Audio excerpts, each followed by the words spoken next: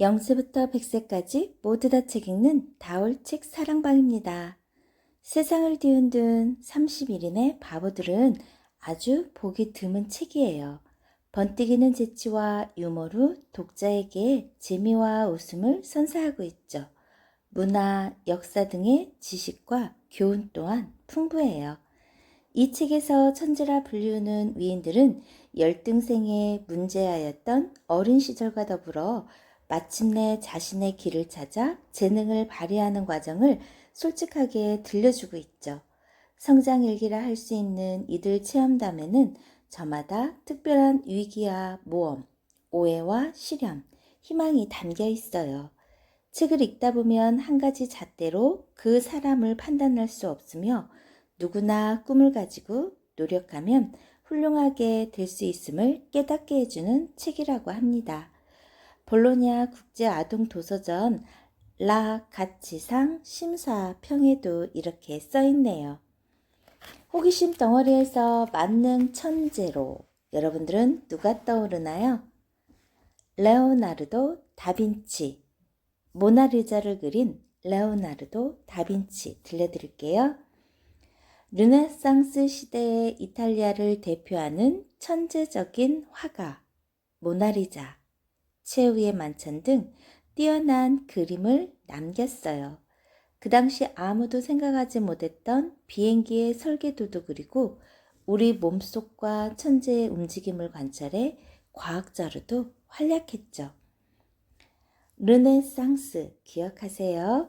레오나르도가 살던 15세기는 중세시대가 끝나고 르네상스 시대가 시작된 시대였어요. 고대 그리스 로마의 학문과 문화를 다시 꽃피우는 것을 뜻하는 르네상스는 이탈리아에서 제일 먼저 시작되었죠. 레오나르도 다빈치 이야기 들어보세요. 나는 1452년 이탈리아의 작은 마을인 빈치에서 태어났어. 그러니까 내 이름은 마을 이름에서 따온 거지. 어머니가 들판에서 일을 하고 있던 어느 날 그곳을 지나가던 부유한 남자와 사랑에 빠져서 내가 태어났대. 하지만 나는 아버지와 곧바로 함께 살지 못했어. 아버지는 이미 결혼해서 아이까지 있었거든. 어쨌든 나는 어머니와 시골에 살면서 가끔 할머니가 사는 도시를 오가며 생활했어. 시골에서는 나뭇잎에 맺힌 이슬을 관찰했고 도시에서는 도자기를 만드는 방법을 배워서 꽃병과 항아리를 만들었지. 나는 어릴 적부터 호기심이 많아서 뭐든지 관찰하고 배웠는데 이런 호기심 덕분에 훗날 천재라는 소리를 듣게 되었단다.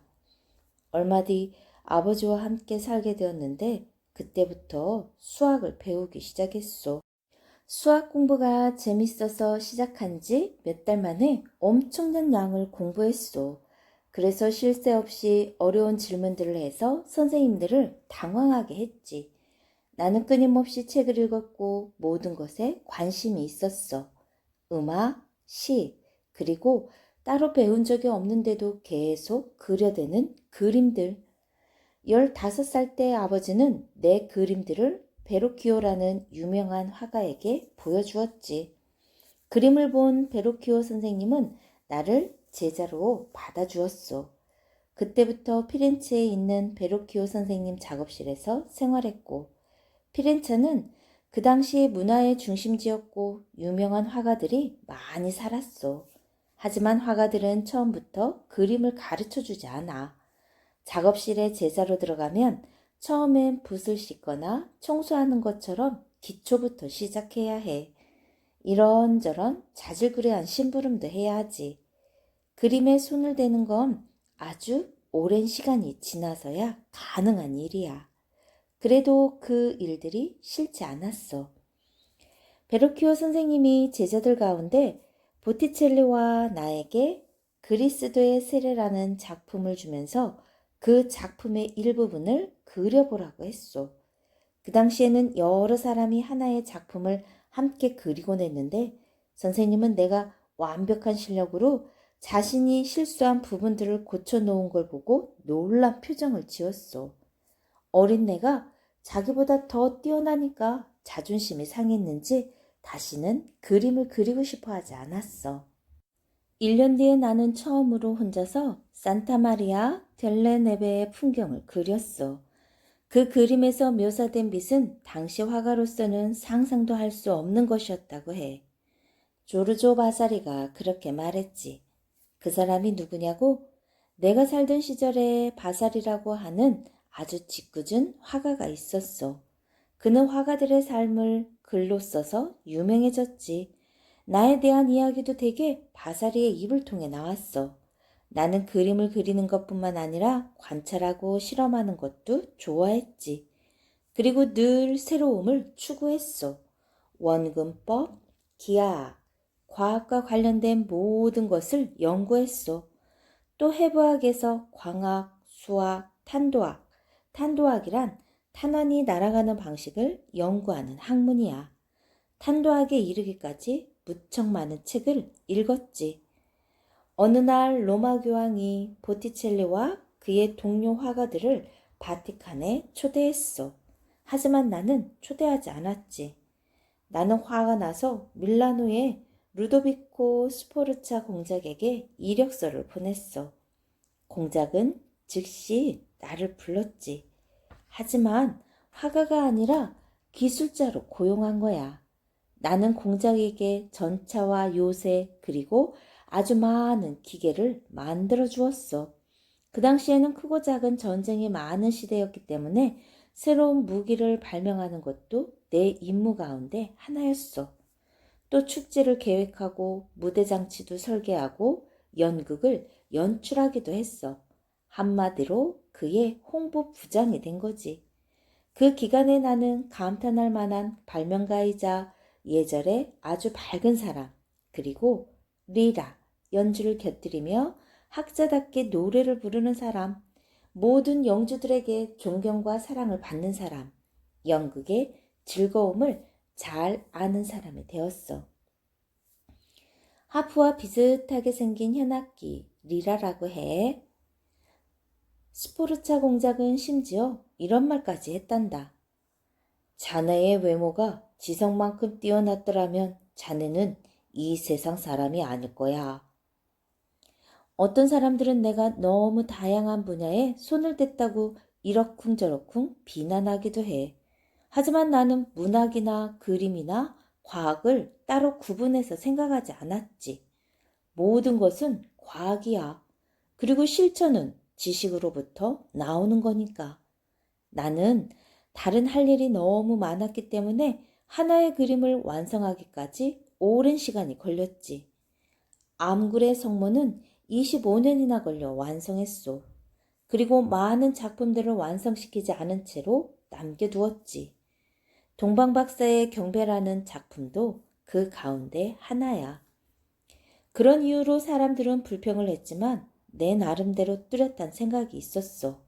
그러니까 미완성의 그림, 그게 훨씬 더 낫기 때문이야. 완벽은 창조주에게만 해당하는 것이기 때문에 인간이 완벽을 추구해서는 안 되지. 최후의 만찬을 완성했을 때 전 세계 사람들이 감동했지.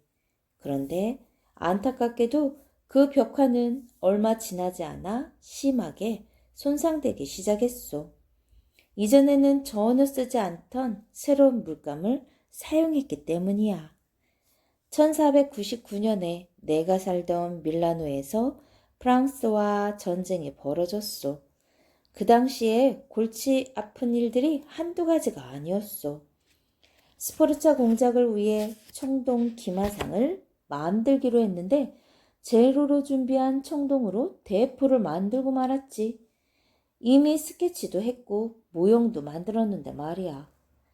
그리고 나를 돌봐주던 스포르차 공작이 전쟁에서 졌기 때문에 밀라노를 떠나야 했어. 피렌체, 베네치아, 바티칸을 떠돌아다니게 되었지. 떠돌이 생활을 할 때는 지도도 만들고 이런저런 일을 하면서 생계를 이어나가야 했지. 터키 황제에게 보스포루스 해협의 다리를 놓자는 제안을 하기도 했어. 하지만 그 지체 높은 사람은 대답조차 해주지 않았지. 1516년에 프랑스 국왕 프랑스와 1세가 앙부아지의 성으로 초대했소. 프랑스와 1세는 큰 돈을 주면서 연구를 계속할 수 있게 해주었지. 나는 그를 위해 그림도 그리고 많은 일을 했소. 세상에서 가장 유명한 초상화가 된 모나리자가 루브르 박물관에 걸려있는 것도 그가 나를 프랑스로 초청해서 돌봐준 덕분이란다. 모나리자는 원래 부유한 상인 조콘도의 부탁을 받고 그리기 시작한 건데 다 완성하지 못한 채 프랑스로 갔기 때문에 그에게 전해주지 못한 거지. 우리 몸속은 어떻게 생겼을까? 새는 어떻게 하늘을 날아다닐까? 나는 정말 호기심이 많았어. 그래서 내가 만능 천재라는 소리를 듣는 거야. 호기심이 없었다면 그 수많은 업적을 남기지 못했을걸. 호기심을 갖는 것, 이것이 천재가 되는 첫 번째 비결이지. 그럼 천재가 되는 두 번째 비결은 무엇일까? 호기심이 생기면 그 호기심을 반드시 풀 것. 바로 이거란다. 화가들의 삶을 글로 써서 유명해진 조르조 바사리. 화가로 활동하던 조르조 바사리는 탁월한 화가와 조각가, 건축가들의 삶을 썼어요. 이 책은 16년에 걸쳐 완성되었는데 시대를 앞서간 건축가, 화가, 조각가들의 삶을 기록한 것이라고 합니다.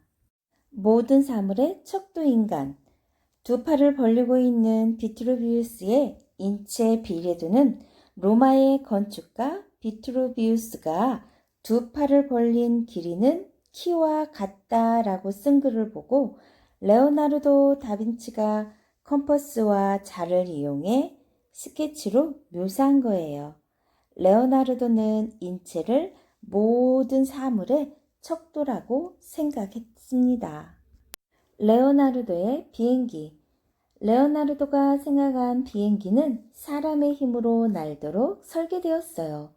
사다리의 모양이 흥미로운데 비행기가 나는 동안에는 날개 쪽으로 당겨지고 착륙할 때는 충격을 흡수하도록 설계되어 있죠. 과학자 레오나르도의 모습을 엿볼 수 있는 대목이기도 하죠. 레오나르도가 비행기도 만들었다는 거 기억해 주세요. 이름 없는 장인에서 예술가로 어떤 일이 있었을까요? 르네상스 시대에 이르러 사람들이 화가를 보는 관점은 크게 달라졌어요.